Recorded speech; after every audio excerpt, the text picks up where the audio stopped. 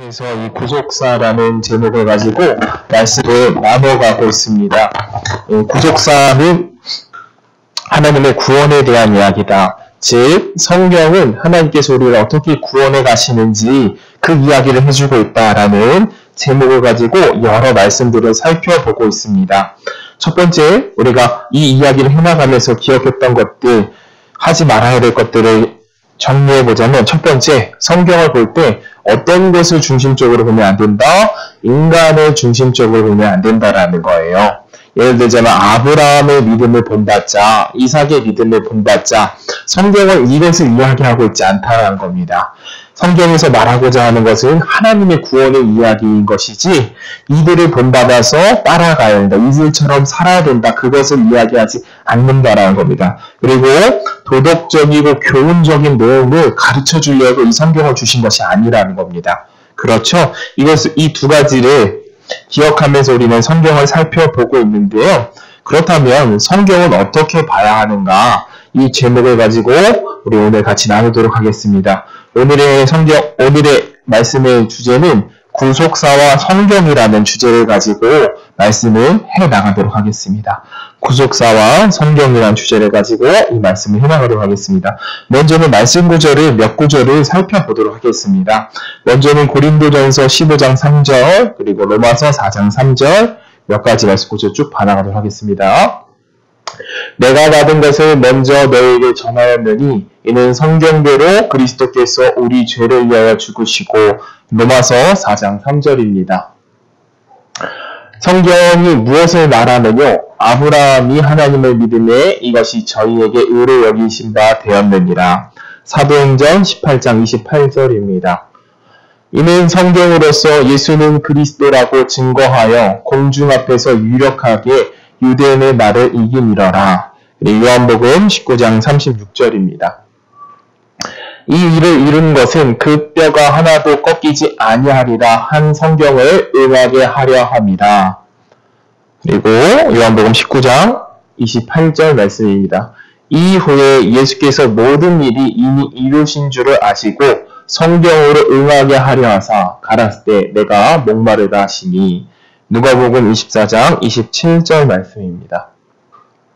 이에 모세와 및 모든 선지자의 글로 시작하여 모든 성경에 쓴 바 자기에게 관한 것을 자세히 설명하시느니라. 누가복음 24장 32절입니다.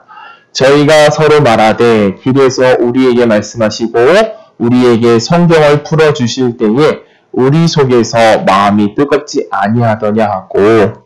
그리고 요한복음 2장 22절입니다. 죽은 자 가운데서 살아나신 후에야 제자들이 이 말씀하신 것을 기억하고 성경과 및 예수의 하신 말씀을 믿었더라. 아멘. 여기까지입니다. 우리는 이 말씀 구절을 보면서 기억해야 될 것들은 무엇일까요? 바로 성경이 그리스도를 증거하고 있다라는 것인데요.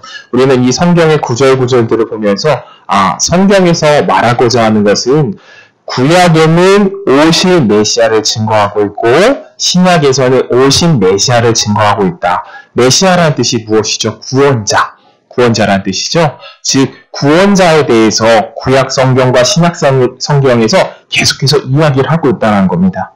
먼저는 이 성경이 어떻게 만들어졌는지에 대해서 살펴볼 텐데요. 제가 이 과정을 준비하면서 참 은혜를 많이 받고 재미있는 것들을 많이 발견했습니다. 성경은 총 몇 권으로 되어져 있죠? 총 66권으로 되어져 있죠? 총 66권으로 되어져 있고,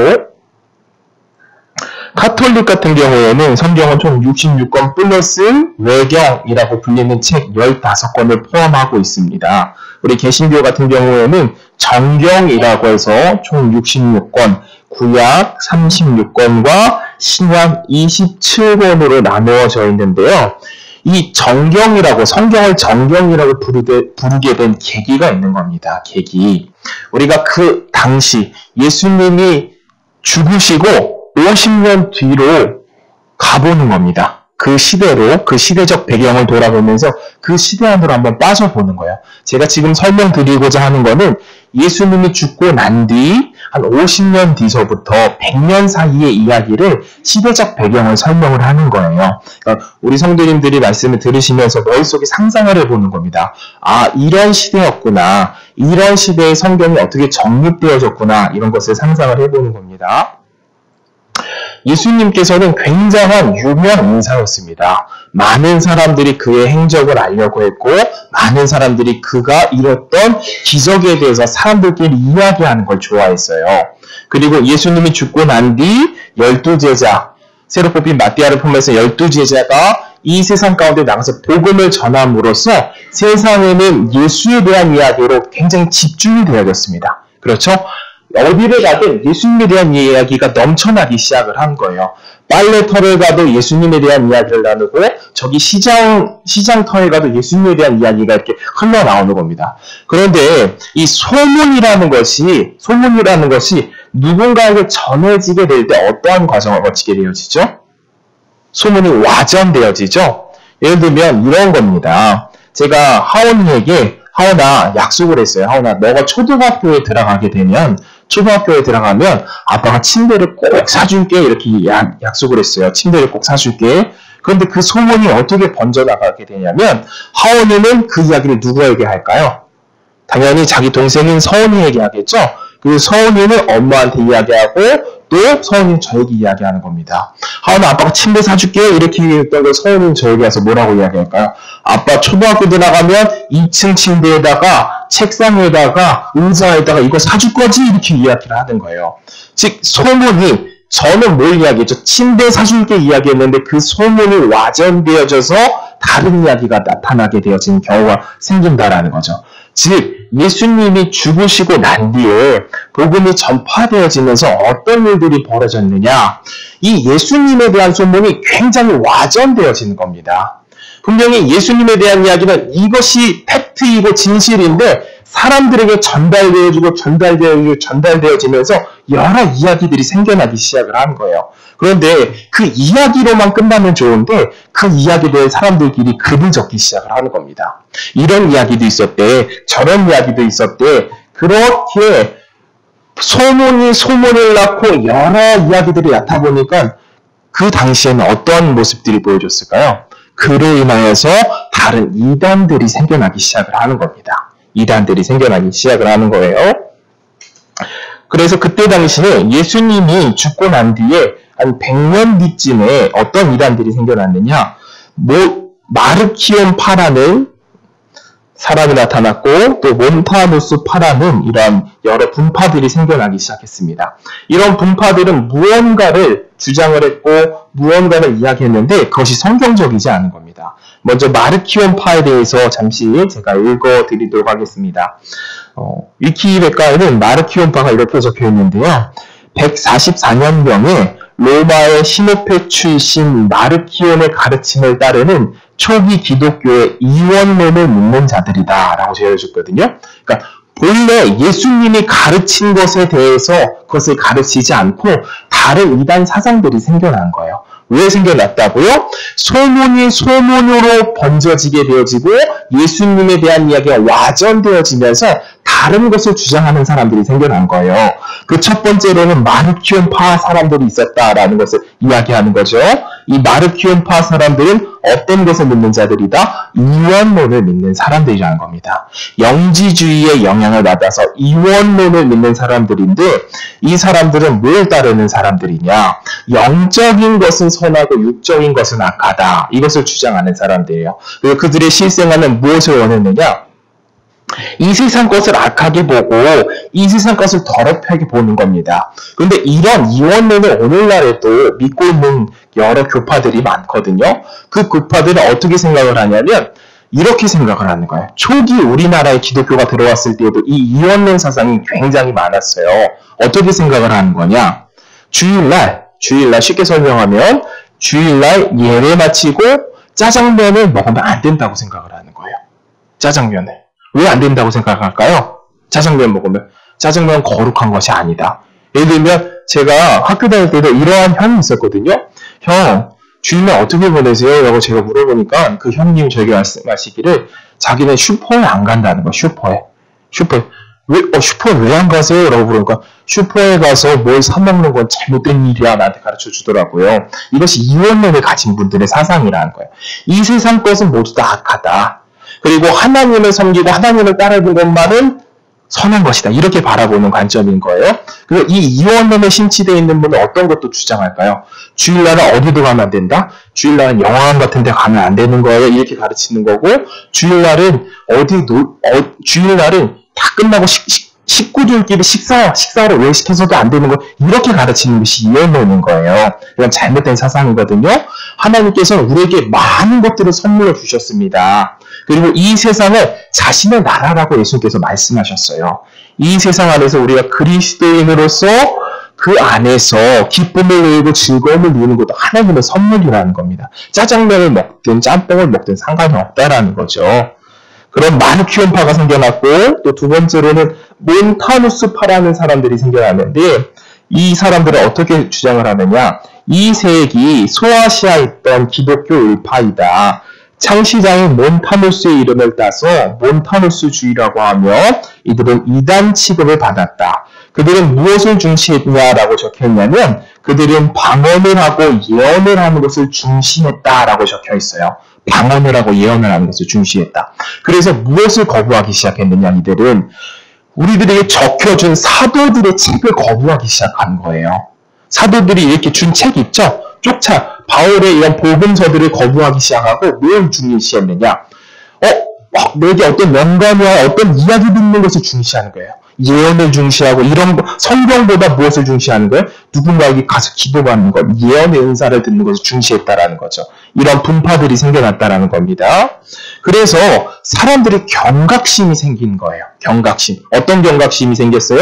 정리하자면 예수님이 죽고 난 뒤 한 100년쯤이 되니까 여러 분파들이 생겨났다는 거죠. 왜 분파들이 생겨났어요? 소문이 소문에 의해서 전해지고 예수님에 대한 이야기들이 변질되어지면서 다른 이단들이 우후죽순 생겨나게 되어진 거예요. 그래서 사람들에게 경각심이 생긴 상태가 된 겁니다. 어떤 경각심이 생기게 된 거죠? 이러다가 망하겠다라는 경각심이 생긴 거예요. 이러면 안 되겠다. 그래서 어떤 작업을 하기 시작했느냐? 많은 사람들이 모여서 정말 하나님이 전한 복음은 무엇이고 예수 그리스도가 하고자 했던 이야기는 무엇인가에 대해서 생각하고 고민하기 시작하는 거예요. 그래서 여러 사람들이 모여서 이 성경을 정경이라고 하는 것을 집필하기 시작한 겁니다. 직접 적었다는 것이 아니라 여러 가지 바울이 전했던 편지들, 그리고 마태가 적었던 글들, 누가가 적었던 글들, 이런 것들 다 종합해가지고 이런 책들을 다 종합을 하는 거예요. 여러 가지 퍼져 있는 책들이 있죠? 많은 사람들이 책을 썼을 거 아닙니까? 누가복음도 있고 마태복음도 있고 뭐 사도 바울의 복음서도 있고 편지들도 있고 이런 여러 가지 책들이 있는데 그 책들을 다 싸그리 모아서 무엇이 진실인지를 확인하기 위한 작업이 시작되어지는 겁니다. 그런데 이 정경이라고 하는 말이 어떤 것에서부터 출발한 말이냐면 그리스 말로는 카논이라는 말이 있거든요. 그리스 말로는 카논이라는 말인데 이 카논이 어떤 것을 이야기하느냐? 이스라엘 속에는 이런 늪지대나 물가 같은데 갈대 같은 게 있었다 그래요. 갈대. 그 갈대 모양이 어떻게 생겼냐면 아주 길쭉한 겁니다. 쭉 뻗어 있는 겁니다. 마치 대나무처럼. 그래서 사람들을 그것을 잘라다가 이 카논이라고 하는 이 갈대를 잘라다 뭐에다 썼느냐? 줄자로 쓰기 시작한 겁니다. 줄자. 기준이 되어지는 거예요. 어떤 걸 측량할 때 기준이 되어진다. 라고 해서 줄자로 쓴 거예요. 그 말이 유래되어서 정경이라고 불리는 건데 이 정경이라고 말하는 이 성경의 정경, 이 성경은 정경이라고 부르잖아요. 이 정경이라는 말이 어떤 말이냐? 즉 기준이 된다라는 겁니다. 기준. 기준이 무엇을 말하는 것이죠? 기준 하면은 어떤 것의 기준, 어떤 것을 말하고자 하는 것에 중심이 되는 거잖아요. 예를 들자면 이런 것이죠. 우리가 잘생긴 사람이 누구예요? 라고 기준을 삼았을 때 장동건을 기준으로 삼단 말이에요. 근데 장동건이 없고 이 세상에 다 박용준이라면 어떻겠어요? 잘생긴 사람 누군지 모르겠죠? 근데 장동건이란 기준이 있는 거예요. 아, 장동건이니까 잘생긴 사람 저런 사람이구나 하고 기준이 생긴단 말이에요. 우리가 이 성경의 기준은 어떤 것을 말하는 것이냐면 그때 당시에 예수 그리스도가 누구인지를 밝히기 위해서 이 기준을 삼았다라는 겁니다. 즉 성경은 뭘 증거하는 거다? 예수 그리스도가 누구인지를 알기 위한 책이라는 거예요. 하나님이 누구인지를 알기 위한 책. 그것을 기준을 삼아서 27권을 집필을 한 겁니다. 그때 당시에 시대적 배경을 설명을 하자면 교회는 AD 363년서부터 397년 사이에 라오디게아와 카르타고에서 처음으로 이 정경을 인정하기 시작했는데요. 이 정경을 만드는 과정 속에 어떤 일들이 있었느냐. 책들을 다 모아다 보니까 여러 책들이 있었을 거 아니에요. 마태복음, 누가복음, 바울의 서신서도 이런 책들 다 모아다 보니까 책이 몇 권이 있었느냐. 위경을 포함해서 300여 권이 있었다 그래요. 300여 권 정도. 근데 이 300여 권 정도 중에 27권을 골라낸 겁니다. 27권. 신약 성경의 정경화를 이야기하고 있는 거예요. 이 신약 성경은 우리 몇 권이죠? 27권이란 말이에요. 근데 300여 권의 책들 중에 27권만이 진실이다라는 거예요. 27권. 나머지 몇 권은 거짓말이다라는 거죠. 300 빼기 27 하면 273권을 다 거짓된 책이다라고 밝혀낸 것이에요. 몇 년 동안? 30여 년 동안 밝혀낸 거예요. 그 책 중에는 여러 가지 책들이 있었는데 예를 들면 이런 사상들을 갖고 있는 책들이에요. 도마복음, 에비온복음, 목수 요셉의 복음서, 마리아 승천기, 베드로 묵시록, 12사도 교훈집, 폴리카베 빌립보 서신서 이러한 여러 가지 책들이 있었다라는 거예요. 그 중에서 유명한 책, 우리가 잘 알고 있는 책, 도마복음이라는 책도 있죠. 이러한 책들 중에서 27권을 골라낸 겁니다. 근데 27권을 골라낼 때에 기준이 있을 거 아닙니까? 기준. 우리가 이 성경으로 만들어야겠다는 기준이 있었을 거 아니에요. 그 기준이 몇 가지가 있었느냐? 바로 3가지 기준으로 잡는 거예요. 3가지 기준. 이것이 굉장히 중요한 이유입니다. 왜 중요하느냐? 우리가 지금 이 교회 안에서 성경을 강론해 나가고 있단 말이에요. 그렇죠? 우리가 지금 이 모임 안에서 성경을 배우려고 이 자리에 다 모여 있잖아요. 즉 초기 기독교 때부터 성경의 기준이 잡혔다라는 겁니다. 성경은 무엇을 말하고 있는가의 기준이 잡혔다라는 거예요. 어떤 기준으로서? 3가지 기준으로서. 이 신약 성경을 만들 때에 이 신약 성경이라는 것을 집필할 때에 3가지 기준을 삼는다. 이 3가지 기준에 위배되는 것은 다 탈락시킨다고 탈락을 해버린 거예요. 즉 오늘날에도 우리 성경은 이 3가지 기준으로 봐야 한다는 말이라는 거죠. 이 3가지 기준이 무엇이냐? 첫 번째, 그리스도를 가르치고 있는가? 이것이 기준이라는 겁니다. 기준. 그리스도를 가르치고 있는가? 굉장히 중요하다라는 거죠. 이 많은 편지들 중에 그리스도의 중심성을 갖고 있는 책들이 몇 권 없었다라는 거예요.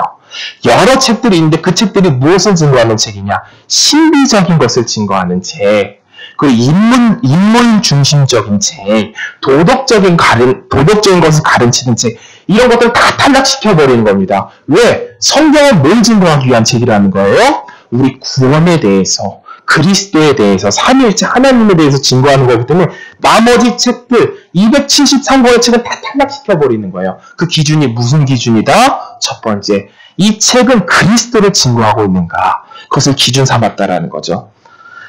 그리고 두 번째, 사도의 권위를 갖고 있는가? 사도의 권위. 쉽게 설명하자면 사도란 말은 예수님의 제자를 사도라고 불렀어요. 예수님의 제자. 예수님의 제자가 12제자 포함 바울을 말하는 것이거든요.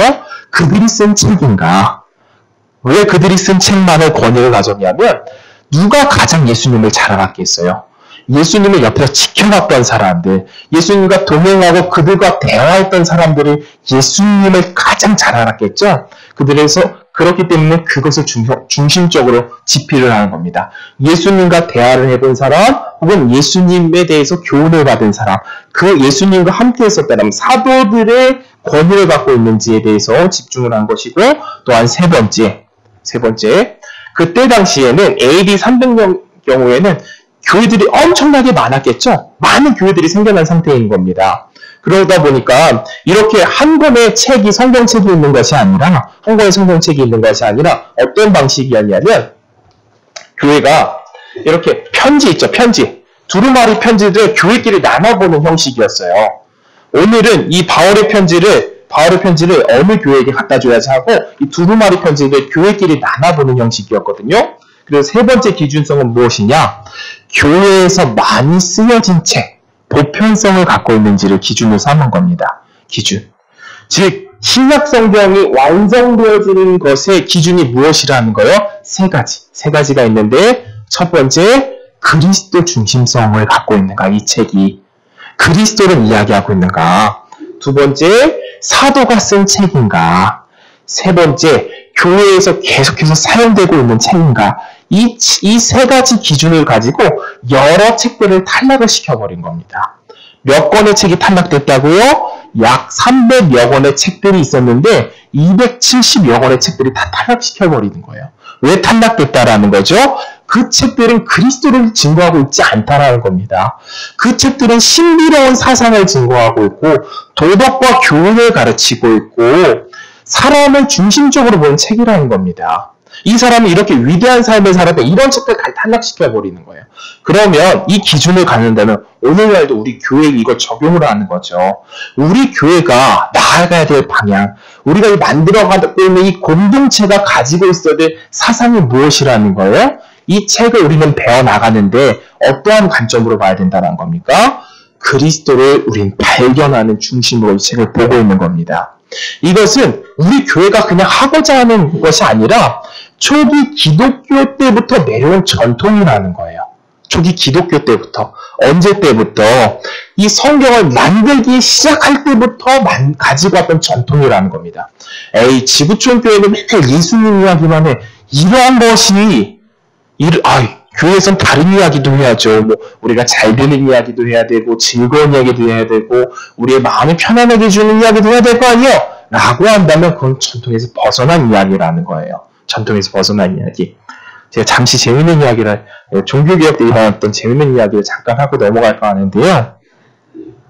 이 종교개혁 때 이후로 그리스도를 전파하는 것을 아주 귀중하게 더 생각을 했거든요. 왜냐하면 천주교에서 나왔기 때문에 우리가 개혁을 하자는 마음이 강해서 그들은 설교를 할 때, 강단에 설 때 어떤 옷을 주로 입고 섰느냐? 검정색 옷을 입고 주로 섰어요. 검정색 옷. 목사님들이 강단에 설 때 꼭 검정색 옷을 입는 거예요. 어떤 검정색 옷을 입느냐? 검정색으로 된 가운을, 길게 늘어뜨린 가운을 입고 이렇게 섰거든요.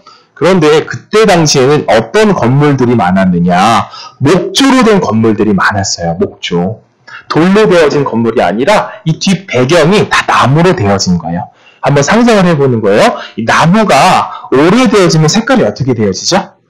색깔이 어떻게 되어질까요? 나무가 굉장히 오래되면 색깔이 점차 환해질까요? 검해질까요? 당연히 검해지겠죠? 그럼 이 검은 배경 앞에 검은 옷을 입고 쓰는 거예요.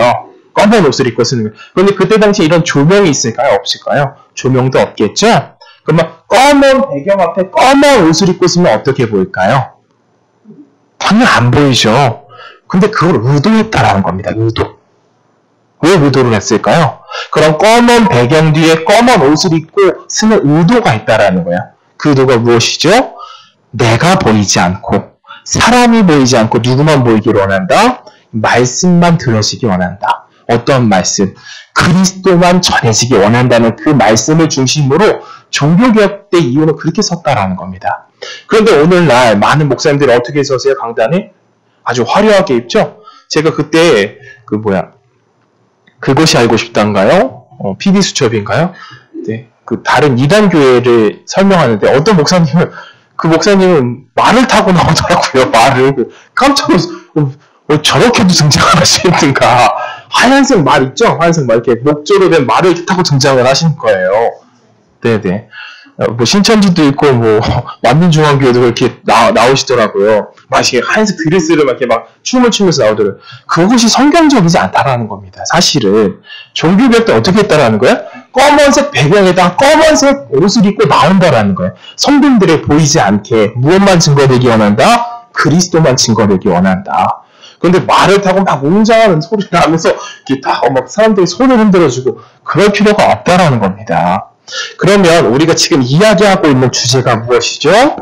구속사와 성경이라는 주제를 가지고 이야기를 하는 거예요. 이 성경이 어떻게 만들어지게 되어졌는가 이야기를 지금 해나가고 있죠. 잠시 정리를 해보는 겁니다. 성경이 몇 권이죠? 66권이라는 겁니다. 66권. 그런데 이 신약 성경 27권이 만들어질 배경이 어떤 배경인 거죠? 많은 사람들이 예수 그리스도에 대해서 이야기하고 소문을 퍼뜨리다 보니까 예수님에 대한 이야기가 변질되기 시작했다라는 거예요. 변질되어 보죠. 예수님에 대한 이야기를 해야 되는데 사람들이 어떠한 이야기를 하기 시작한 거예요? 그 시대가 변함으로써 사람들에 대한 이야기를 하고 신비적인 이야기를 하고 사람 잘 되는 이야기나 도덕적인 이야기를 하는 것들이 늘어나기 시작한 거예요. 그래서 여러 이단들이 생겨났고 그로 인해서 사람들이 경각심을 가짐으로 이 정경화 작업에 들어가기 시작했다. 정경화. 이 정경화라는 것이 무엇이에요? 바이올리니스트 정경화 그 말고 이 정경이라는 건 무엇이에요? 이 줄자 같은 이스라엘 문화권의 늪지대나 바닷가 같은 데 가면 이런 갈대나무 가는데 그것이 정경이라는 겁니다. 그것을 가지고 뭘 했다는 거예요? 줄자로 썼다는 거예요. 기준이 되어지는 책이다. 성경이 무언가로 나왔는데 이 기준이 되어진 것 말고 다 없애버리자 하고 정경화 작업을 했다라는 거예요. 이 정경화 작업을 하는데 여러 책들을 수집하다 보니까 그 책이 몇 권이나 됐다. 300권이 넘는다라는 거예요. 이 300권의 책들을 쭉 읽어보는데 무엇을 제해버리는 거죠? 세 가지 기준을 삼고 나머지 책들을 다 제해버리는 겁니다. 이건 쓰잘데기 없는 책이다. 이것은 잘못된 책이다 하고 다 없애버리는 거예요. 그 세 가지 기준이 무엇입니까? 첫 번째, 이 책이 그리스도를 증거하고 있는가? 이 책은. 이 편지가 누구에 대해서 설명하고 있는가? 그리스도에 대해서 설명하고 있는가? 두 번째, 사도가 썼는가? 세 번째, 교회에서 사용됐는가? 이 기준을 하고 나머지 건 다 없애버리는 겁니다. 그렇게 해서 신약성경이 만들어지게 된 것이죠. 근데 이 나머지 떨어지게 된 책들을 위경이라고 부르기도 하고 외경이라고 부르기도 하는데요. 여기에 있는 책들의 내용들을 잠시 설명을 해드리도록 하겠습니다. 먼저는 야고보서의 첫 번째 복음서라고 적혀있는 책이 있어요. 이것은 정경에 탈락한 책이거든요. 야고보서의 첫 번째 복음서라고 하는 책은 무엇을 이야기하고 있느냐? 그 책에는 예수님에 대한 이야기가 하나도 없어요. 그 책은 누구를 이야기하고 있느냐? 마리아에 대한 이야기로 가득 찬 거예요. 마리아에 대한 이야기. 그 책을 읽어보면 어떤 내용이 주로 이야기하고 있냐? 마리아가 태어났던 역사적 배경서부터 마리아가 성장해오는 과정, 그리고 처녀로서 살아갔던 과정, 그리고 예수님을 낳고 난 다음에 그 이후의 삶에 대해서 그리고 있는 것이 바로 야고보의 첫 번째 복음서라는 책인데요. 이 중심이 뭐가 되는 것 같으세요? 예수님의 중심일까요? 마리아인 겁니다. 마리아. 그러니까 이것을 정경으로 칠 수가 없는 거예요. 분명 성경을 만들 때에는 하나님을 증거하는 것이고 구원에 대한 이야기를 하는 건데 마리아가 웬 말입니까? 그렇죠? 그래서 탈락을 시켜버리는 겁니다. 그리고 이 마리아에 대한 이야기 중 가장 잘못된 이야기는 무엇이냐? 야고보서 첫 번째 복음서에는 이렇게 증거를 하고 있습니다. 예수님을 낳고 난 뒤에도 마리아는 영원토록 죽을 때까지 처녀로 살았다. 이런 말을 쓰고 있거든요. 근데 그게 실제 역사적 팩트일까요? 사실일까요? 아니에요. 예수님을 낳고 난 뒤에 예수님의 형제들을 낳았단 말이에요, 실제로. 그리고 그 동생이 야고보가 초기 기독교의 지도자로서 살게 되어졌죠. 그런 이야기들, 거짓된 이야기가 적혀 있는 겁니다. 그래서 탈락시켜 버리는 거예요. 그리고 또한 또 다른 책인 한 가지 더 유명한 책인 도마복음이라고 들어보셨죠? 도마복음. 이 도마복음 같은 경우는 총 3장 정도로 나눠져 있어요. 114개 인용구로 적혀져 있는 책인데 이 책에는 어떤 이야기가 적혀져 있고 기술되어져 있느냐? 예수님의 어린 시절에 대한 이야기도 적혀 있고 또 다른 거는 이제 교훈적인 내용도 적혀 있는데 그 예수님의 어릴 적 이야기가 어떻게 그려지냐면 예수님의 어릴 적의 신수궂은 모습 이런 이야기도 적혀져 있고요. 또 이런 이야기가 적혀 있어요. 예수님이 어렸을 적에 친구들과 같이 놀다가 한 명의 친구가 양도리에 떨어져서 죽게 된 거예요. 죽게 돼버린 거야. 그런데 사람들이 모여가지고 이 범인이 누군가 이렇게 찾다가 예수님을 범인으로 지목을 한 겁니다. 왜? 그 친구랑 놀았으니까. 예수야, 너가 그 친구를 죽였지? 하고 했는데 예수님께서 아무 말 하지 않는 거예요. 그리고 그 죽은 친구에 가서 기도를 해주니까 그 친구가 벌떡 일어나 버린 거예요. 그리고 그 친구, 죽었던 친구가 일어나서 하는 고백이 무엇이냐? 예수가 범인이 아니다. 라고 고백을 했다라는 이야기가 도마복음에 적혀 있거든요. 그러니까 도마복음이나 위경 같은 경우에 왜 탈락이 되어졌느냐? 신비로운 이야기로 가득 차 있다라는 거예요. 신비로운 이야기로. 예를 들어서 예수님께서 이런 진흙으로 새 모양을 빚었는데 거기다가 호 부니까 갑자기 새가 진흙이었던 그 존재가 새로 변해서 날아갔다는 이야기. 신비로운 이야기로 가득 차 있다라는 겁니다. 근데 주제가 어떤 주제냐? 그냥 신비로운 주제로 끝나는 것이지 구원에 대한 이야기를 안 하고 있다라는 거예요. 그래서 이런 책들을 다 탈락시켜버리는 겁니다. 그런 것들. 그래서 이 도마복음 같은 경우는 어떤 걸로 영화가 되어졌죠? 나중에 이 다빈치 코드라는 것으로 또 영화가 되어졌죠? 왜? 이 위경 같은 경우에 어떤 이야기를 담고 있느냐? 예수님께서 십자가에서 죽은 것이 끝이 아니라 십자가에서 사실은 죽지 않았고 예수님께서는 사셨는데 여기서 십자가에서 죽은 것이 아니라 가까스로 살게 되어졌는데 그 살고 난 뒤에 누군가가 결혼을 해서 한평생 살다 죽었다 이런 이야기를 거짓된 이야기가 가득 차 있는 거죠. 그래서 이게 다 탈락을 시켜버리게 된 것입니다. 그리고 외경에 나오는 잘못된 교리가 몇 가지가 있는데요. 마카베오 하서 12장 39절부터 45절에는 이 위경에 나오는 내용이 어떤 내용이 나오느냐? 바로 연옥 교리가 나오는 거예요. 연옥 교리. 이 천주교에서 믿고 있는 연옥 교리 있죠? 연옥 교리라는 것이 무엇인지 잠시 정리해 볼게요. 제가 한번 설명을 해보도록 하겠습니다. 이런 것이 연옥이에요. 천주교에도 원죄는 누가 가져갔다라고 믿을까요? 예수님께서 씻어주셨다라고 믿어요. 천주교도. 그런데 이 자범죄, 예수님을 믿고 난 다음에 짓는 죄들 있죠? 그 짓는 죄들은 어떻게 해야 된다고 가르칠까요? 7가지 성례를 거쳐야 된다라고 가르치는 겁니다. 그런데 예수님을 믿고 지은 죄들을 회개하지 않고 7가지 성례를 하지 않고 죽은 사람들은 죄가 남아있기 때문에 어느 곳에 가게 되어진다? 연옥에 가게 되어진다는 것. 연옥에. 이 연옥은 어떤 곳이냐? 지옥 중에서 가장 따뜻한 곳이 연옥이에요. 지옥 중에 가장 따뜻한 곳. 어떨 것 같으세요? 지옥 중에 가장 따뜻한 곳이면 당연히 고통스럽겠죠. 그렇겠죠? 그곳에서 어떤 과정을 거쳐야 된다? 죄를 씻을 때까지 고통받다가 다시 천국으로 가게 되어지는 중간 단계에 거치게 되어진다는 교리가 연옥이에요. 근데 그 연옥에 갇혀있는데 누군가 나를 위해서 뭘 해준다? 기도를 해준다거나 천주교 같은 데 가면 촛불에 초 켜는 거 있죠? 이 초를 켜서 나를 위해서 누군가 봉헌해 준다거나 혹은 잘못된 교리였던 돈을 주고 우리가 이 구원을 살 수 있다거나 그러한 것들로 하여서 연옥 교리를 이야기 설명을 한 겁니다. 또한 위경에는 또 어떤 이야기를 적혀있느냐?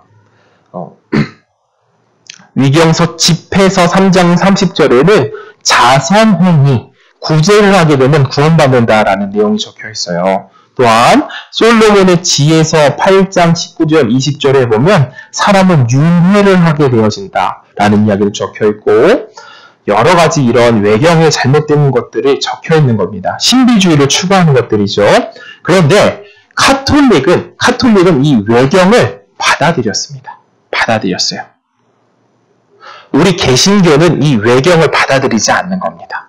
외경을 받아들이지 않는 거예요. 이 카톨릭은 이 외경을 다 받아들였는데 그 받아들인 게 언제 받아들인 것이냐? 1545년부터 1563년에 트리엔트 공회라는 것을 열었고 그 세 번의 공회를 통해서 카톨릭의 종교회의가 이루어집니다. 이 종교회의를 통해서 우리는 이 외경을 받아들이겠습니다 하고 결정을 낸 거예요. 그 배경이 무엇이냐? 1518년대에 17년대 종교개혁이 일어났죠. 종교개혁이 일어나고 많은 사람들이 다 종교를 바꿔버렸습니다. 이제 카톨릭을 믿지 않겠다. 우리는 개신교를 믿겠다라고 종교를 바꿔버린 거예요. 그러다 보니 카톨릭에서 위기가 생긴 거죠. 위기의식이 생긴 거예요. 그래서 회의를 연 겁니다. 우리가 저 개신교를 따라가야 되느냐? 아니면 새로운 다른 걸 받아들여야 되느냐? 그런데 그들이 선택한 건 무엇이죠? 우리 외경까지 받아들이자. 왜? 자신의 교리를 확증하기 위해서. 이 연옥이 있다라는 것을, 그리고 구주했을 때 구원받는다라는 걸 확증하기 위해서 이 외경서를 다 받아들이게 되어진 거예요. 그래서 갈리게 되어진 겁니다. 그런데 이 외경은 카톨릭만 받아들이지 누구는 받아들이지 않는다? 유대인은 안 받아들이는 거야, 유대인. 유대인들은 외경을 성경으로 치지 않습니다. 구약에도 외경이 있고 신약에도 외경이 있는데 유대인들은 이 구약의 외경, 신약의 외경을 다 받아들이지 않아요. 하나님이 우리에게 주신 책이 아니다라고 받아들이지 않는 겁니다. 또한 역사학자 요세푸스 같은 경우에도 구약 성경에서 이 외경을 제외하고 설명을 했고 역사학자 필로 역시도 외경을 인정하지 않았습니다. 또한 사도들 역시도 인용을 한 적이 없어요. 사도들 역시도 외경을. 그리고 유대인은 외경을 성경으로 받아들이지 않는다라고 설명을 하는 거죠. 여기까지 역사적 이야기를 잠깐 한 겁니다. 정리해 보겠습니다. 구약과 신약이 정경으로서 만들어지는 과정을 겪었는데 구약과 신약은 거의 언제 정경으로 다 만들어졌느냐? 구약 같은 경우 AD 90년쯤에 만들어졌어요. 이 39권이. 얌리아 회의라 그래서 유대인끼리 모여서 이 회의를 거치는데 그 구약의 기준은 무엇이냐? 이것이 고대로부터 전해져 내려오는 선지자들의 말씀인가? 그리고 우리가 이 제단 위에 통에 모아놨던 그 책인가라는 기준을 가지고 만들어졌거든요. 구약의 정경은. 신약은 어떤 것 중심으로 정경이 만들어졌다? 그리스도의 중심성, 그리고 보편성, 사도의 쓴 글인가 이것을 가지고 이 책 66권이 만들어졌다라는 거죠. 그럼 오늘 본문으로 넘어오겠습니다. 오늘 본문. 그 관점으로 우리는 보는 것을 계속해서 연습을 하는 거예요. 어떤 관점으로 보는 연습? 우리가 구원의 관점으로서 보는 연습. 성경이 진짜 말하고자 하는 관점으로서 보는 것을 연습을 하는 겁니다. 본문 말씀을 더 넘어가겠습니다. 마가복음 2장 1절입니다. 마가복음 2장 1절. 이 내용이 어떠한 내용이냐면 너무나도 유명한 내용인데요. 중풍병에 걸려있는 한 명의 병자가 있는 겁니다. 중풍병에 걸려있고 맨날 누워있으니까 예수님께로 갈 수 있는 상황이에요? 없는 상황이에요? 없는 상황이라는 거예요. 그래서 여러 명의 친구가 이 중풍병자를 이렇게 끌어다가 어디를 뚫고 들어가죠? 지붕을 뚫고 들어가는 그 이야기예요. 잠깐 읽어보도록 하겠습니다. 1절에서부터 12절까지입니다. 1절에서부터 12절. 수요일에 교독하도록 하겠습니다. 수요일에 예수께서 다시 가버나움에 들어가시니 집에 계신 소문이 들린지라. 많은 사람이 모여서 나가라고 의심할 수 없겠는데 예수께서 저희에게로 말씀하시니 사람들이 한 중풍병자를 네 사람에게 메어 가지고 예수께로 올세.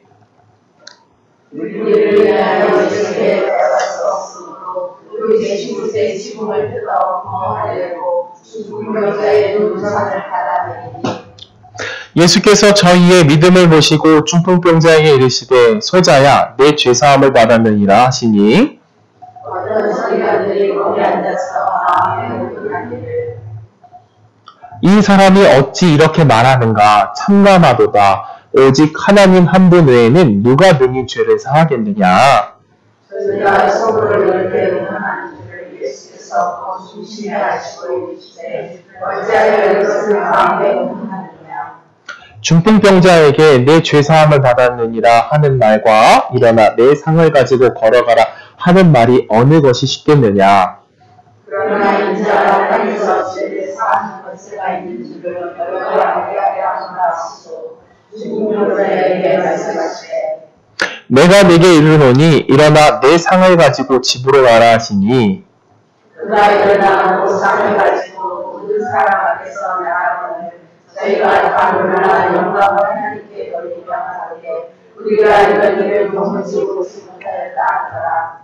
네, 여기까지 보도록 하겠습니다. 이 본문에서 하고자 하는 말이 무엇일까요? 이 본문에서 하고자 하는 말. 그럼 우리가 상상을 하고 기억을 되살려 보는 겁니다. 이 본문을 가지고 우리가 어떠한 설교를 많이 들었는가 이것을 되새겨 보는 거예요. 그러면 많은 설교들이 무엇을 증거할까요? 이 친구에 대해서 이야기를 많이 해요. 친구. 이 중풍병자를 들여다가 누구에게 데려갔다? 예수께 데려갔다. 이 사람들에 대해서 중심으로 보거든요. 그러면 우리가 지금 가지고 왔던 이 기준을 갖고 있잖아요. 기준. 뭘 중심으로 본다? 그리스도를 중심으로 보는 겁니다. 그런데 기존에 들어왔던 설교들이 무엇이에요? 사람을 중심으로 보는 거란 거예요. 사람을 중심으로. 야, 저 친구들을 보십시오. 저 친구들. 저 친구가 이 중풍병자를 사랑해서 예수께로 데리고 가지 않았습니까? 그 친구들의 믿음을 본받아 어떻게 하라는 거예요? 전도하라는 거예요. 전도. 데려다가 이 성전에 데려놓으라는 거예요. 그 이야기가 주로 이러거든요. 정말 성경이 그걸 이야기하고 있느냐. 이 관점을 벗어버리는 겁니다. 우리가 쓰는 관점은 어떤 것이죠? 전통적인 관점이라는 거예요. 성경이 만들어질 때부터 가지고 왔던 전통적인 관점. 그 관점이 무엇이죠?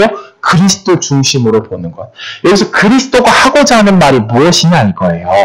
예수님께서 계속해서 반복적으로 하는 대사가 있다는 겁니다. 한번 볼까요? 먼저는 9절입니다. 9절 말씀 보겠습니다. 중풍병자에게 내 죄사함을 받았느니라 하는 말과 일어나 내 상을 가지고 걸어가라 하는 말이 어느 것이 쉽겠느냐. 그리고 5절입니다. 5절 보겠습니다. 예수께서 저희의 믿음을 보시고 중풍병자에게 이르시되 소자야 내 죄사함을 받았느니라 하시니. 그리고 10절 말씀 보겠습니다. 그러나 인자가 땅에서 죄를 사하는 권세가 있는 줄을 너희가 알게 하려 하노라 하시고 중풍병자에게 말씀하시되. 정말 본질적인 이야기가 무엇이죠? 예수님께서 하고자 하는 말이 뭐예요? 이 성경이 하고자 하는 말. 죄 사하는 자가 있다라는 거예요. 죄 사하는 자. 이 본문에서 하고자 하는 말은 친구들 이야기를 하려고 하는 것이 아니라는 겁니다. 친구들이 데려왔다 이 이야기 하려고 하는 것이 아니에요. 내 주변에 있는 사람 데려오세요 이 이야기 하고 하는 거 아니에요. 친구로 인해서 구원받은 것이 성경적 교리가 맞나요? 아니에요. 우리는 우리의 믿음으로 구원받는 것이 누구의 도움받아서 구원받는 것이 아니에요. 그렇죠. 이건 교리와 맞지 않는 설교인 겁니다. 지금 이 본문에서 성경이 말하고자 하는 것이 무엇이라는 거예요? 죄 사함을 하게 하는 자가 있다라는 겁니다. 그 누구라는 거예요? 예수 그리스도라는 겁니다. 지금 이 본문에 보면 중풍병자는 누워있는 자라는 겁니다. 누워서 죽어가고 있는 자라는 거예요. 이 죽어서 결국엔 어디에 떨어질 자라는 거예요? 지옥에 떨어질 자라는 거예요. 마치 지붕이 뚫려서 밑으로 떨어지듯 그가 죽었을 때 지옥으로 떨어지게 될 자라는 거죠. 그런데 그 자 앞에서 예수께서 뭐라고 말하시는 거예요? 마치 나사로에게 말씀하시듯 시체가 죽어있는 그런 우리 상태, 우린 죽어있는 상태였잖아요, 본래. 그럼 나사로와 같은 상태에 있는 그 중풍병자에게 뭐라고 말하는 거죠? 일어나라. 내 죄가 사함받았다. 말씀하시는 자가 있다라는 겁니다. 그가 예수라는 거예요. 오늘날에도 우리에게 적용을 하는 겁니다. 성경이 뭘 말할까요? 우리의 죄를 사해줄 자가 있다라는 겁니다. 이 본문을 통해서. 우리가 이렇게 죽어있는 자와 같은 중풍병자와 같은 자였는데 우리에게 찾아와서 일어나서 내가 죄사함 받았던 걸 알아라 라고 고백하는 본문이라는 거죠. 그런데 우리는 인본주의적인 안경을 쓰고 보면 어떻게 보이는 거예요? 예수가 안 보이는 거예요. 죄사함 받았다는 이야기는 어디 가고 어떤 것으로 보게 되어지는 거죠? 야, 친구들 이야기를 집중을 하게 된다는 거죠. 또 다른 본문 한번 보도록 하겠습니다. 보겠습니다. 요한복음 20장 24절부터 29절 말씀입니다. 요한복음 20장 20절부터 29절 말씀 교독하도록 하겠습니다. 12 제자 중에 하나인 디도모라 하는 도마는 예수 오셨을 때에 함께 있지 아니한지니라. 제자들이 그에게 우리가 주를 구하노라 하니 오마가르에 내가 그 손에 전함을 보며 내 손가락을 누군가 적이 나오며 내 손을 보여 그에 넣지 않고 잊지 않겠노라 합니다. 여드레를 지나서 제자들이 다시 집안일에 있을 때에 도마도 함께 있고 문들이 닫혔는데 예수께 오사 가운데 서서 가라사대 너희에게 평강이 있을지어다 하시고 나에게 이르시되 내 손가락을 이 내밀어 내 손을 쏘고 내 손을 내밀어 내 옆구리에 넣어보라. 그리하고 믿음을 자가 하지 말고 믿는 자가 하라. 도마가 대답하여 그러되 나의 주시며 나의 하나님이시이다. 예수가 가라사대 너는 나를 누구로 믿느냐 지금 사고 있는 자들은 다 아멘. 여기서도 너무나 재밌는 말씀 구절 잘 알고 계신 말씀 구절이죠. 그러면 이 본문을 가지고도 우린 누구 중심으로 보는 거예요? 그리스도 중심으로 보는 거예요. 여기는 도마가 주인공이 아니에요. 성경은 다 예수님이 주인공인 겁니다. 누구 요셉이 주인공이다, 아브라함이 주인공이다, 바울이 주인공, 그것이 아니라는 거예요. 그래서 우리가 이 본문을 가지고 어떻게 이해하죠? 야, 도마 저거 나쁜 놈이다, 믿음 없는 놈이다. 이것을 말하려고 하는 것이 아니라는 거죠. 뭘 이야기하는 거예요? 예수가 어떤 분인가? 예수가 어떤 분이라는 거예요? 부활하셔서 손에 창자국이 있고 여기에 옆구리에 찔린 자국이 있는데 부활하셔서 나타나신 분이다라는 걸 증거하고자 이것을 우리에게 보여주는 본문인 거지 도마 이야기를 하고자 하는 것이 아니라는 겁니다.